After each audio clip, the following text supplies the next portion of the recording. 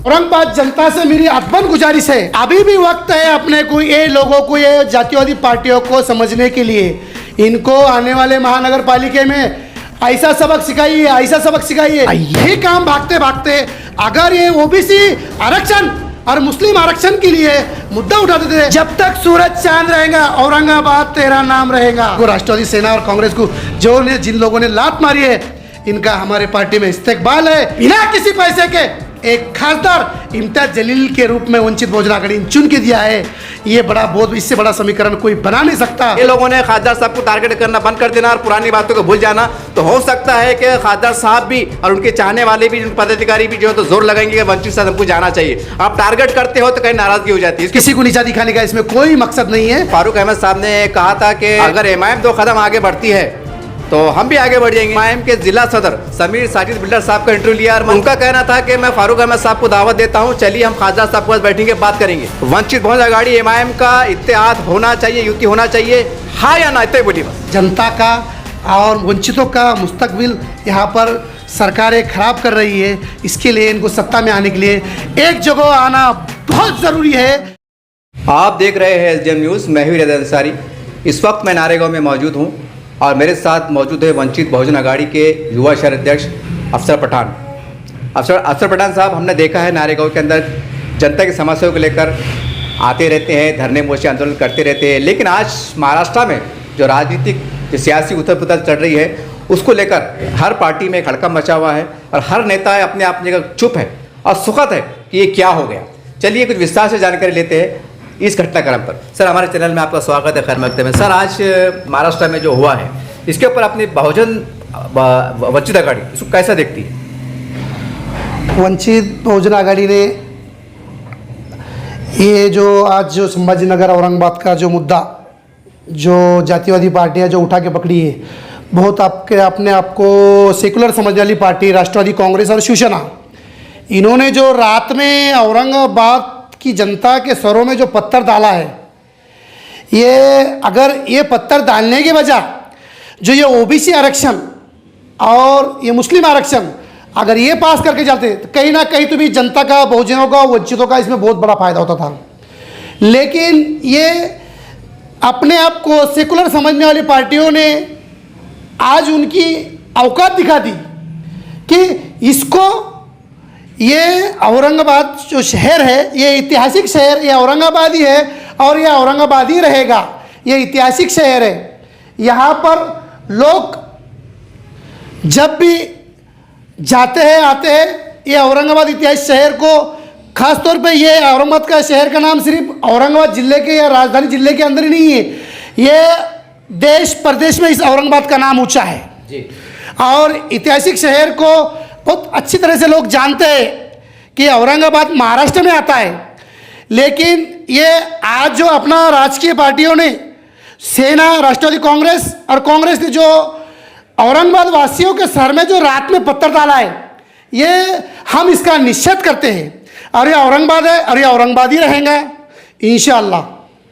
Sir, हमने देखा है कि मुंबई में इससे पहले 5 जुलाई 2021 को बाला साहब ने जो थे एक मोर्चा भी निकाले थे, बाद में उन्होंने किसी कारण से पीछे लिया था।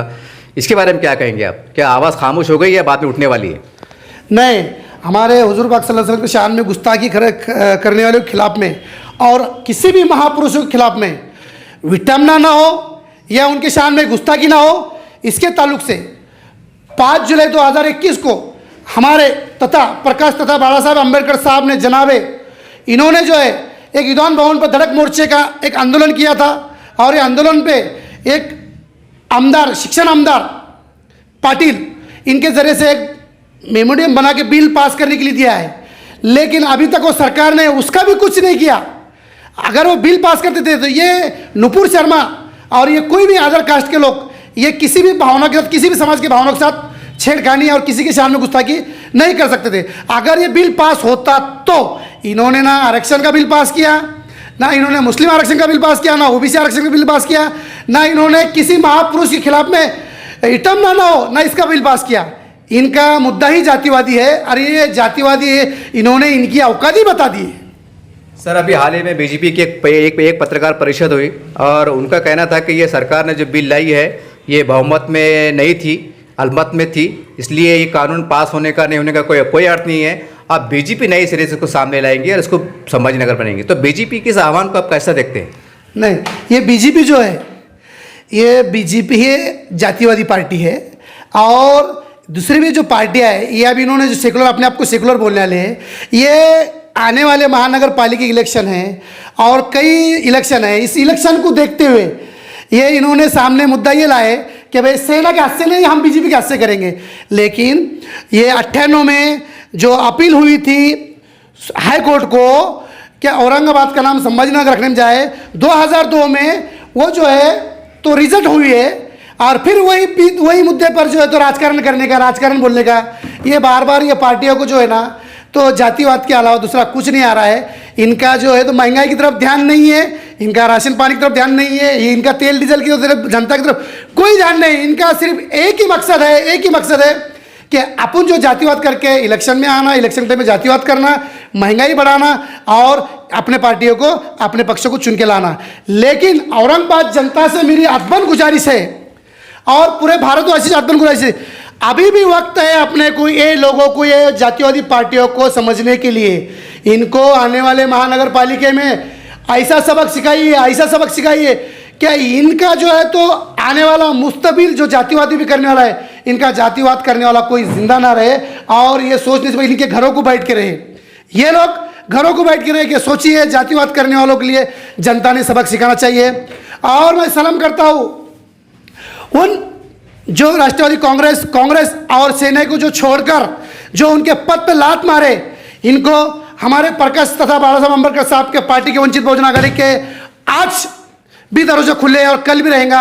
ये सेकुलर पार्टी हमारे जनाब प्रकाश अम्बेडकर तथा बाबा साहब अम्बेडकर साहब ने जो एक बिल पास किया था मेमोरेंडम के लिए, इनको अगर वही टाइम में अगर एकजुट आते थे तो आज ये कहीं ना कहीं तो बिल पास हो जाता था, और कोई भी महापुरुष के खिलाफ में युटर्न होने से पहले कोई भी आदमी सोच सकता था।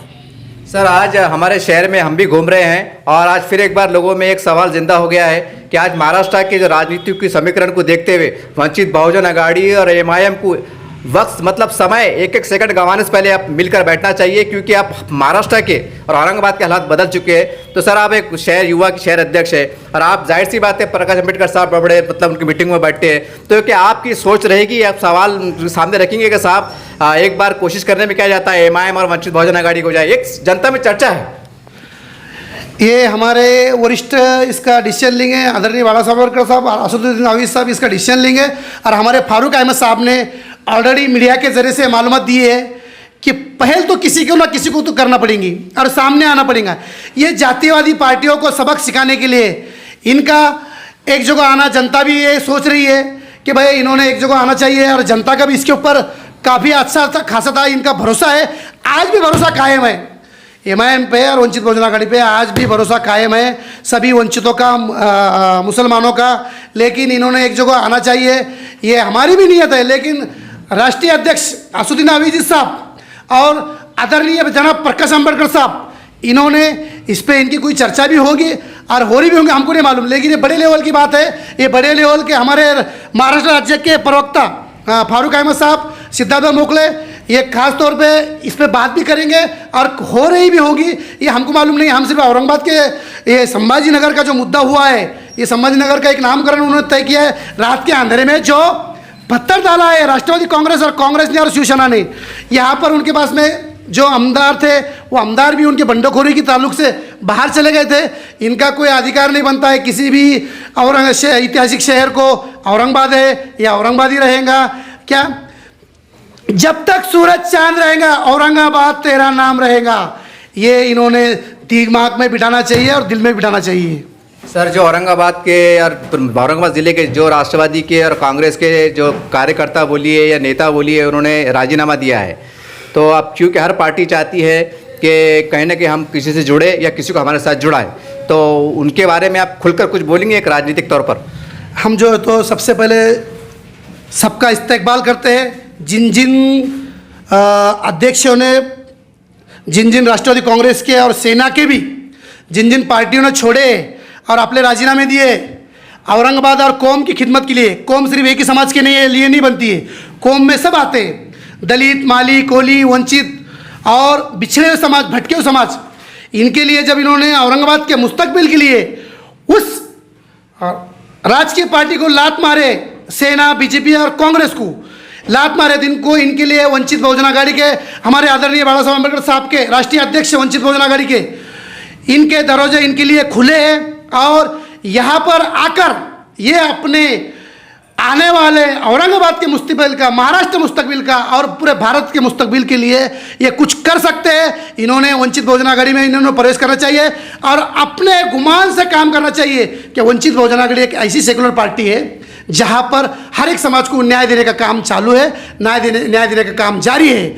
आज हम सोचते हैं तकरीबन पीछे ग्राम पंचायत के अंदर हमारे 3,735 जी ग्राम पंचायत में सदस्य चुन के आए हैं। जी हमने उसके ऊपर टोटल मार कर देखा है। वंचित बहुजन आघाड़ी अपना काम बहुत जोरों से कर रही है, वंचितों के लिए आवाज़ उठा रही है, भटके हुए समाज के लिए आवाज़ उठा रही है, मुसलमानों के लिए आवाज़ उठा रही है, दलितों के लिए आवाज़ उठा रही है। हमने देखे है पीछे भी यहाँ पर सिर्फ एक समीकरण दलित और मुस्लिम और कुछ वंचितों का समीकरण मिल के ये समीकरण के अंदर एक खासदार हमने चुन के दिए है।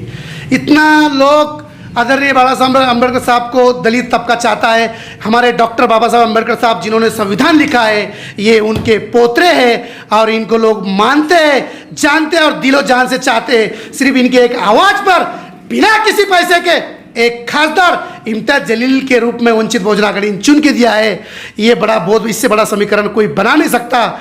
इसके लिए यहाँ पर आदरणीय बाबा साहब अम्बेडकर साहब की जो पार्टी है वंचित बहुजन आघाड़ी, जिनके राष्ट्रीय अध्यक्ष है प्रकाश अम्बेडकर साहब तथा बाबा साहब अम्बेडकर साहब, इनके पार्टी को इन्होंने जॉइन होना चाहिए और वंचितों, भटकियों, मुसलमानों के लिए इन्होंने काम करना चाहिए।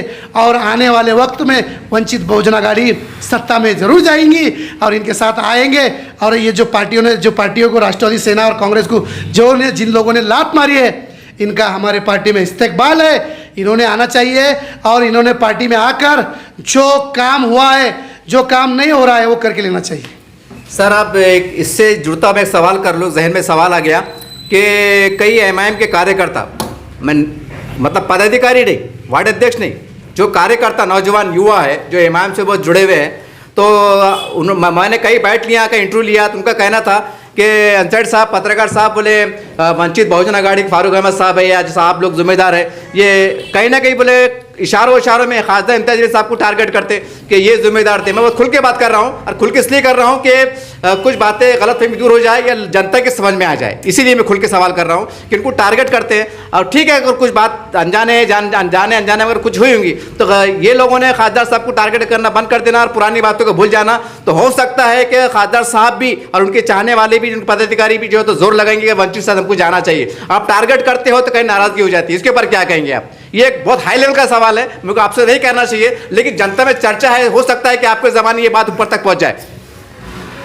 नहीं, अल्लाह का शुक्र है, हमारे महाराष्ट्र राज्य के प्रवक्ता फारूक अहमद साहब और सिद्धार्थ भाऊ मोकले साहब, ये काफ़ी अच्छा अपना जो है तो, और इम्तियाज जलील साहब हमारे औरंगाबाद के खासदार जो वंचित ने उनको चुना के लिए, इम्तियाज जलील साहब, ये बड़े लोग हैं। इन्होंने एक समीकरण में इन्होंने तय करना चाहिए, वो हमारे फारूक अहमद साहब और प्रकाश अम्बेडकर साहब और सिद्धार्थ मोकले और एमआईएम के राष्ट्रीय अध्यक्ष असदुद्दीन अवीज़ साहब, ये इसके अंदर ज़रूर डिसीजन लेंगे। इनको जनता का माहौल मालूम है, जनता ने एक बार अगर किसी को लाइक कर दी तो वो मरते दम तक नहीं भूलती वो। और इन्होंने एक ऐसे माहौल के अंदर जहाँ नफ्सा नफ्सी का आलम है, जातिवादी पार्टियां इसका फ़ायदा उठा रही है, ऐसे माहौल के अंदर इन्होंने कुछ ना कुछ तो भी मशवरा करना चाहिए। और हम नहीं बोलते क्योंकि ये बड़े लेवल की बात है, ये एक इम्तियाज जलील साहब खासदार है और हमारे फारूक अहमद साहब महाराष्ट्र राज्य प्रवक्ता है, सिद्धार्थ भाऊ मोकले उपाध्यक्ष है, राष्ट्रीय महाराष्ट्र उपाध्यक्ष है। और इन्होंने अभी इनकी काफ़ी इनकी बातचीत चालू है मीडिया के ज़रिए से, तुम्हारे ही मीडिया के ज़रिए से मैसेज दे रहे हैं। ये किसी को जलील करने का और किसी को कमज़ोर दिखाने का हमारे फारूक अहमद साहब का कोई नज़रिया नहीं है। इनका सिर्फ एक ही नज़रिया है कि औरंगाबाद का, महाराष्ट्र का और राज्य का मुस्तकबिल बनना चाहिए। और यहाँ पे सत्ता में आने के बाद इन्होंने जो है कहीं ना कहीं तो भी वंचितों के लिए, बिछड़े समाज के लिए, बहुजनों के लिए काम करना चाहिए, यही इनका मकसद है। किसी को नीचा दिखाने का इसमें कोई मकसद नहीं है। आप कोई कार्य करते हैं, बोलते रहते छोटे मोटे कार्य करते, हम भी एक वंचित बहुजन आघाड़ी के एक छोटा सा मैं सिपाही हूँ, और मैं कौम के हमदर्दी में, कौम वंचितों के हमदर्दी में, बहुजनों के हमदर्दी में मैं कहीं भी उड़ी मारता हूँ। विकास का काम हो या वंचितों का कई छोटा मोटा काम हो, इसके लिए मैं मले माली, तेली, कोली, दलित, धनगर समाज, पिछड़ा हुआ समाज, भटके मुक्त समाज, इनके जब भी तकाजे आते हैं मैं इनके ऊपर लब्बैक कहता हूँ, और इंशाल्लाह मरते दम तक लब्बैक करते रहूँगा।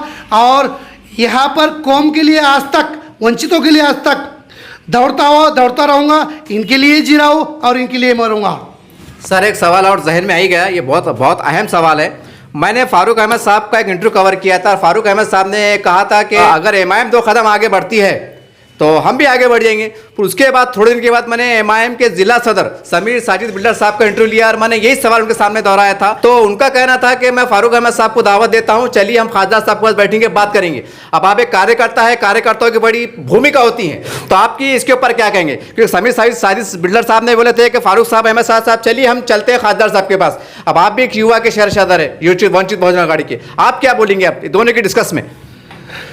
देखो, हमारे फारूक अहमद साहब ने जब बोल दिए क्या किसी को ना किसी को तो भी इसमें पहल करना पड़ेगी। और रही दूसरी बात, इम्तियाज़ जलील साहब की बात हो या किसी शहर अध्यक्ष, जिला अध्यक्ष बात हो, ये जो है ना साहब, ये बड़े लोगों की बात है, राष्ट्रीय लेवल की बात है, ये राज्य लेवल की बात है। ये राज्य लेवल ही इसको खूबी जानते हैं, और इन्होंने जब इनको कौम की हमदर्दी में, कौम की खिदमत के लिए जब उतरना है तो इनको कोई ना कोई तो डिसीजन लेना पड़ेगा। इतनी बड़ी हमारी छोटी सी ज़बान है, इतनी बड़ी बात हम नहीं कर सकते कि इम्तियाज़ जलील साहब ने उनके पास जाना चाहिए या फारूक अहमद साहब ने उनके पास जाना चाहिए। लेकिन कहीं ना कहीं तो भी असदुद्दीन अवीज़ साहब और राष्ट्रीय अध्यक्ष हमारे वंचित बहुजन आघाड़ी के आदरणीय बाला साहब अम्बेडकर साहब ये खूबी ये चीज़ पे सोचेंगे और ये चर्चा भी करेंगे। इनके दिल नाराज नहीं है। इनके आज भी जो बड़ा भाई बोले हैं, राष्ट्रीय अध्यक्ष एमआईएम के असदुद्दीन अवीज़ साहब और प्रकाश अम्बेडकर साहब को जो बड़ा भाई बोले, और इन्होंने जो छोटा भाई बोले, आज भी इनकी छोटा भाई और बड़ा भाई बोलने की बात इनकी फिक्स है। और ये कहीं ना कहीं तो भी एक जो आएंगे और इनका जो बड़े लेवल पे, ये बड़े लेवल पे इनका डिसीजन लेंगे, क्योंकि यहाँ का औरंगाबाद का समीकरण इनको खूब ही मालूम है। औरंगाबाद में एक नया पैटर्न होता है, एक नया पैटर्न औरंगाबाद बनेगा। आज जो संभाजी नगर इन्होंने एक नामांतरण दिन दिए, नामांतरण के ऊपर एक मीटिंग कर इन्होंने, जहाँ के वहाँ पर उनके आमदार पूरे नहीं थे सेना के, फिर भी इन्होंने डिसीजन लिया है भागते भागते। ये काम भागते भागते अगर ये ओबीसी आरक्षण और मुस्लिम आरक्षण के लिए मुद्दा उठाते थे और महापुरुषों के खिलाफ में एक बिल पास करते थे तो इनका इतिहास में बहुत बड़ा नाम होता था। इतिहास के अंदर इनका एक कोई मुद्दा नहीं है, इनका विकास के लिए कोई मुद्दा नहीं है, इनका बहुजनों के समाज के लिए कोई, महंगाई के लिए कोई मुद्दा नहीं है। इसके लिए इन्होंने कहा जाते जाते एक पिल्लू छोड़ के चले गए कि हम संभाजी नगर का एक बिल नामांतरण करके जा रहे हैं। ये एक औरंगाबाद वालों के लिए और उस्मानाबाद वालों के लिए कि नींद में एक पत्थर डाले जैसा है। हम तो सोए हुए थे, हम तो जागे नहीं, अंधेरे में कुछ भी कर रहे, नहीं चलेगा। औरंगाबाद शहर है, औरंगाबाद नाम है, औरंगाबाद इतिहास शहर है, या औरंगाबाद ही रहेगा। इनको मैं बड़े बड़े नेताओं को मेरे तरफ से एक छोटा सा मैसेज देता हूँ। मैं वंचित बहुजन आघाड़ी का छोटा सा सिपाही हूँ।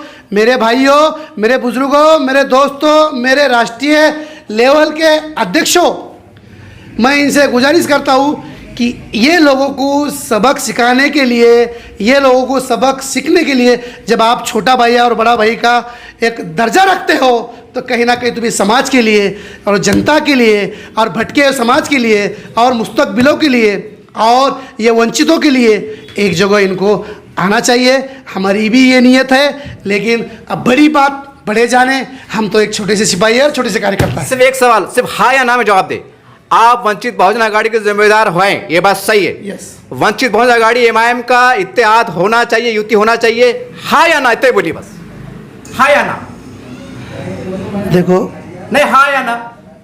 हमारी नीयत तो अंदर से हाई है, होना चाहिए।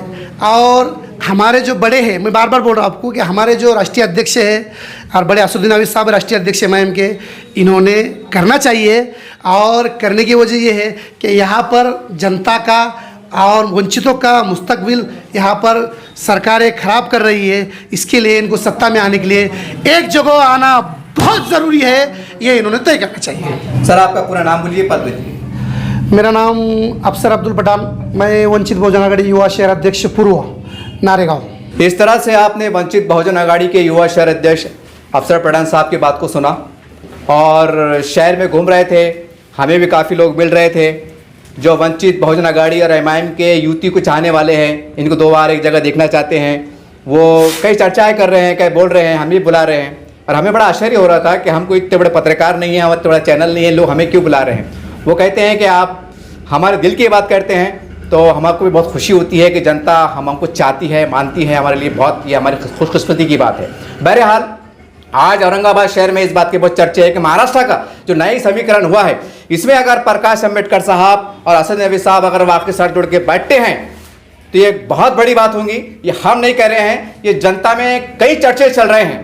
तो हम समझते हैं कि ऐसा कुछ बिगड़ा नहीं है जब राष्ट्रवादी और कांग्रेस और शिवसेना, ठीक है बीजेपी को दूर रखने के लिए आप युति कर सकते हैं, तो एमआईएम और वंचित बहुजन आघाड़ी में ऐसा क्या झगड़ा हुआ, इनका ऐसा क्या बड़ा नुकसान हुआ कि ये आपस में मिल नहीं सकते। हम एक बार फिर कह दें, ये हमारी अपनी कोई व्यक्तिगत राय नहीं है, ये जनता में चर्चा चल रही है। हम खाली आपको कह रहे हैं, आपको याद दिला रहे हैं। आप फैसला करना नहीं करना ये आप लोगों के हाथ में, मगर इतना तो तय है कि महाराष्ट्र में अगर फिर एक बार वंचित बहुजन आघाड़ी और एमआईएम का इत्याद होता है तो यकीनी तौर से मुस्लिम समाज, आदिवासी समाज, दलित समाज, जो पीड़ित समाज जो जूझ रहा है, कहने को इंसाफ मिलेगा। तो उम्मीद करते हैं कि कुछ नई समीकरण में कुछ नया होगा, कुछ अच्छा होगा।